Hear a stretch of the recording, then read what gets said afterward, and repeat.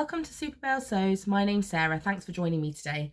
It feels like it has been ages since I've been on here. There's been loads happening the past couple of weeks. I haven't had time for Fridaysews. There's been like wedding stuff and work stuff, and we were away for a bit and stuff like that. So it's just been a bit hectic. And I hadn't really been doing loads of sewing, although you will see a new garment behind me. But now that I come back to it, there's actually loads that's been going on for us to catch up on. So, yeah, join me for a little catch up. So the dress behind me, this is actually the first time I've shared it anywhere. I speed sewed it at the end of last week to take away. We went to Paris for the weekend for my birthday, and I planned to photograph it there, but then I didn't really get a chance. So there aren't any pictures of it at the moment. This is it. And I'm really, really chuffed with it. So it's the Lyra shirt dress, which is Tilly and the Buttons pattern. I've made it loads of times. I haven't modified anything on this one, so I just used the sleeves as per the pattern, the skirt as per the pattern. Everything was exactly as the pattern suggests. Obviously, the big feature is that I've used a see-through fabric. So this is an organza with velvet. I don't know how well you can see, there are like little hearts here all over it, and they're in velvet. This came from Rainbow Fabrics, and they had it. I don't know if they've got any. If they have got any left, I'll link it down below. But they had it in 3 colours. So they had it in black and ivory and red. And I was a bit stuck between the black and the red, but I went for the black. And I'm glad I did now, because I think this is going to be very wearable. And initially, I'd been planning to make a sort of like maybe an indigo dress or like the wilder gown. But when I thought about it, I sort of prefer, with those dresses with a lot of volume, because I'm quite short, I prefer them to be in like a drapey fabric, just so they've got a bit more movement, and so I don't feel like I'm sort of drowning in fabric. And this obviously, because it's an organza, it's quite stiff, it holds its shape. Now, you do have the fact that like it's obviously see-through, so you can wear a slip underneath, so you see your shape through the fabric. So in a way, I thought it maybe didn't matter, but I just thought like maybe I can do something more interesting with this. So I googled like organza dresses, and I found one which I will pop a picture of here, like a ready-to-wear one. I'll pop a picture of here if I can find the picture, the original one. But it was like a shirt dress, and I just loved how it looked. I loved the buttons. Yeah, I loved everything about it. And I think initially I'd sort of maybe persuaded myself that that it would be too fiddly because I hadn't worked with the organza before. But I have to say, this fabric was actually really easy to handle. So I'll just talk through a few of the things that I had to bear in mind with this. So first of all, obviously because it's see-through, you need to do French seams. So this is French seamed everywhere. It's the first time I've done French seams for certain seams before, but I've never like done a whole project of French seams. So I did that, but I'm pretty pleased with how that looked actually, and it didn't take too much longer than it would have done to sort of finish my seams, I don't think. Also, the other thing I had to bear in mind was that the interfacing, most of the interfacing I have is white, and obviously you didn't want to use white interfacing here, so for the button placket and the collar, so I went out and specially purchased black interfacing, but they didn't have iron-on, they only had sew-on interfacing, so that was obviously an extra step. I had to sew all of the interfacing on, and yeah, that was it really. I tried it on with a ready-to-wear belt, which has been my initial plan, but it looked absolutely terrible. The skirt went a very strange shape. So this is one to just wear sort of with all the volume and embrace that volume, and I love it. I'm so pleased. There are these buttons which I actually wish I'd had the foresight to get the buttons out before. I don't know if I can show you. No, I don't think I can show you this. I'll try and put a picture up of the buttons. They're really, really pretty. I bought them in the little fabric shop and haberdashery in Durham Indoor Market, which is in the centre of Durham City. And that's also where I got my interfacing. And she said, because I asked, do you have any black interfacing? She said, oh, yeah. She gave it to me. And she was like, no one ever buys the black interfacing. And I was like, this interfacing is here for me. It's only a small stall, so I thought it was just kind of crazy that they had it. But yeah, so that's that. Sorry, had to stop there temporarily for Nala barking at strangers out the window, which I may or may not successfully edit out later. Right, so that's the only thing I've made recently, but I am proud. I'm really proud of how it's finished. I think it feels like a really special garment actually, so I'm just very happy with that. So what else? Paris, fabric shopping in Paris. So it was a bit of a weird time to go to Paris. I think like the weather wasn't great. There were lots of there's lots of striking and stuff there, so there's sort of rubbish everywhere. We saw lots of rats. It was like ratatouille. Yeah. So it wasn't the prettiest time I've ever been in Paris, but we had a nice enough time anyway. But I did get to go fabric shopping. Now, it was a bit of an experience fabric shopping in Paris. I think I went to one district, which is by sort of Montmartre, Sacré-Cœur, like around there. There are loads of fabric shops. I think there is another area in the city that's also good for fabric, but I didn't go there. And there's also apparently an Atelier Brunette, like their flagship store, which I also didn't go to because it was on the other side of town. But the way it's interesting, so there are absolutely loads of shops in this district. And some of them are ones where you buy, they're like these sort of huge department stores and you just buy fabric in the normal way. So it's on the roll. I found it a bit intimidating because I don't speak French really. So I did German at school. I can do bits and bobs of Spanish and Italian, like bits and bobs. But French, I've done very little French. So I was just intimidated to talk to people, but I did get by. And then they also have shops called coupons, which are where you can buy pre-cut lengths of fabric. So normally it's 2 meters or 3 meters, and they're just sort of piled high. Some of them are more organized than others. So some of them are like grouped into sort of like jerseys or brocades or whatever. Others, it seems to be a bit more of a free-for-all. But as always happens, I get very excited about going fabric shopping somewhere big at the sewing fairs or, you know, in the Paris shopping district. And then you get there and it's just a bit overwhelming if you don't have a plan. And I didn't have a plan.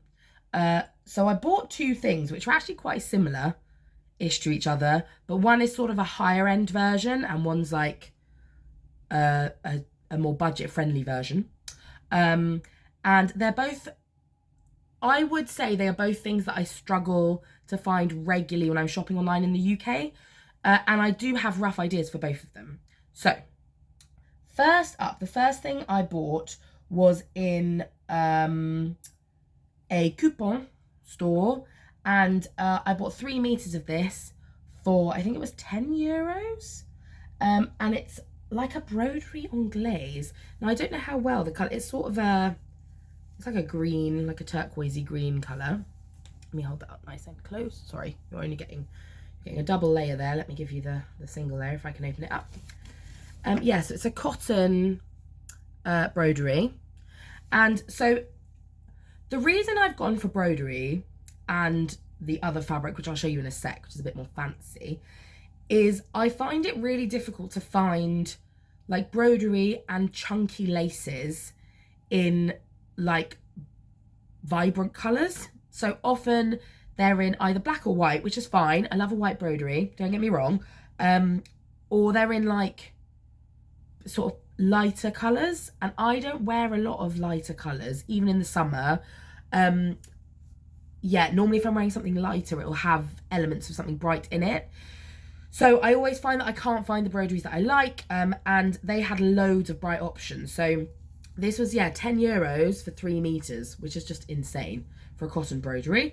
Not all of the coupons are really cheap. So there are some where there are loads of bargains and others where it doesn't seem that good of a deal. So you do have to dig around and sort of just pop into different shops and, you know, see. But I'm really happy with this. I think, I'm not 100% sure. I mean, 3 meters is enough. I could make a dress. Or I wondered about making like a little top and a skirt or little shorts or like something, I don't know. But yeah, I thought that was a really good buy and I love the colour. So that was my coupon experience. And then my real fabric shop experience, oh sorry, excuse, look, there's my ironing board in the background, was this gorgeous chunky lace. Now this was expensive. It was like €25 a metre or something. But I mean, it's beautiful. I think it's not coming across how beautiful it is. So I made a dress last year in green chunky lace and it was the Cashmere Upton dress. I'll pop a picture of it here. It was for my friend's wedding And initially I had wanted royal blue because I had these really nice magenta shoes and I thought royal blue would pop against it really nicely. And they were sold out of anything in royal blue, and then I couldn't find royal blue chunky lace anywhere. So again, I bought 3 meters of this. It was expensive. I might use it for a wedding this year. I might use it for something else. There's part of me thinking like a co-ord set, but like a formal co-ord set would be nice. So like a little sort of crop top with big sleeves, or with even with fitted like short sleeves like this, and then like a skirt, so that basically when you wear them together it looks like a dress, but it's really like a dressy co-ord. I think it's going to be tricky. I remember my chunky lace experience last time was, I mean, it's complicated and you have to be really patient. And there are lots of things that are different, you know, doing darts. I had to sew all the seams with tulle in between the layers because my machine just wouldn't deal with it. And this one is a lot more like, it has really dense parts of the lace effect, and then it has these quite sparse parts. So I think it's going to be challenging in different ways to the other one, but I just couldn't leave it behind. I just thought, I've been looking for a royal blue chunky lace since last year, and here one is. So that's the other thing that I bought. Yeah, and I think this is a special fabric. It was an expensive fabric, but I think it's something that I can then make something that can be like my Paris dress out of it. So I'm really pleased with that. Now, as I said, we were there for my birthday.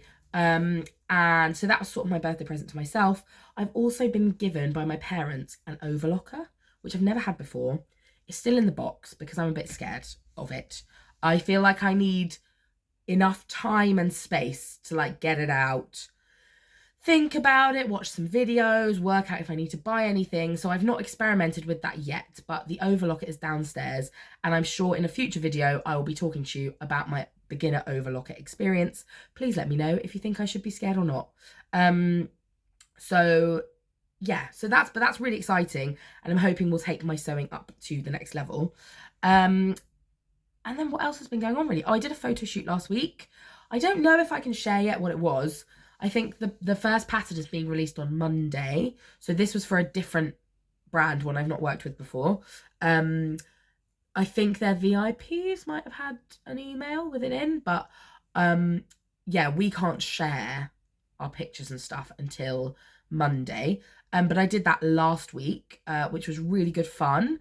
And they have 3 very lovely patterns coming out in the next few months, which I'm very excited about. So you'll probably get a bit more of that next week when I can show you some pictures. I also have my next Minerva fabric here, which is, again, you can tell which colour I'm into at the moment. It is a royal blue crepe fabric. And this is from, I think, this was gifted to me, by the way. This is from their, what is it called? Their Minerva core range. Their core range. And I'm going to use this to make the Azores dress by Itch to Stitch. So I haven't actually made an Itch to Stitch pattern before, but I came across them because someone said they're one of the best for doing, incorporating different cup sizes in their patterns. So, and that the drafting is apparently really good. So I wanted to give them a go. I'll pop a picture of the Azores dress up here. Yeah, I thought it would just be nice. And I've only sewn, I made the recent Marnie blouse I made in Swooning Hearts crepe. That was the first time I'd sewn with a crepe, and I really liked it, and I liked the final effect. So yeah, so that's what I'm going to do with that. I've got a few projects cut out. These are ones I mentioned to you before. So my next Jenny Stitches blog project is a bag, what's it called? The Redwood Tote from Noodlehead. And this is all cut out here. It was a bit of a process cutting this one out, to be honest, because I hadn't really realised how large scale the print was on the canvas fabric. And so because I'm making a bag and so it's small, I just thought it's really important that I get the print to line up. And I normally do not bother with print matching, but I was like, I don't think it's going to work. And I don't think you're going to see, like, get the most out of the fabric if I don't make sure that we're getting like a centered motif on each side of the bag. So cutting out the exterior fabric took me absolutely ages. So all I can say to you is, if you make a bag, pick a fabric that's either got a small scale print or that just has like a print that doesn't need to be directional, or that, do you know what I mean? Something that's like more vague. because, oh my goodness, it took forever. Yeah, it's good fun. I'm not going to say too much about that because obviously the blog, it's for the blog. But that's cut out. And then also my Little Miss So-and-so dress from last month is cut out. I've just been very behind. So here's a bit of it. So this is my fabric, which is a Lady McElroy fabric. And I'm making the So Liberated Hinterland dress with 3/4 length sleeves. And again, I'm thinking of sewing that up this weekend maybe. So yeah, I might have something to show you with that next week, hopefully. Yeah, so that's that really. Now, thanks so much for joining me today. I hope you're having a great time, having a lovely couple of weeks. You're going to go from having nothing from me for a couple of weeks to having videos 2 days in a row, because tomorrow it's my turn to post a video for So Frugal 2023. So if you don't know what that is, it's a challenge run by the Yorkshire Sew Girl and Frugalissima, and it's all about using free patterns, and that's free patterns for everybody. So not things that you've been given for free or I've been given for free. It's patterns that anyone can get for free, and then sewing from your stash. So my video will be posted tomorrow, and I am focusing in on size inclusive patterns. And I have narrowed down a few that I like the look of, and I've had a look through my stash and come up with some ideas of which fabrics I could use. So hopefully I'll see you there. Please, if you enjoy these videos, please do like and subscribe. And I love chatting to you, so do leave a comment and I'll get back to you ASAP. Great. All right, thanks everybody. See you next time. Bye.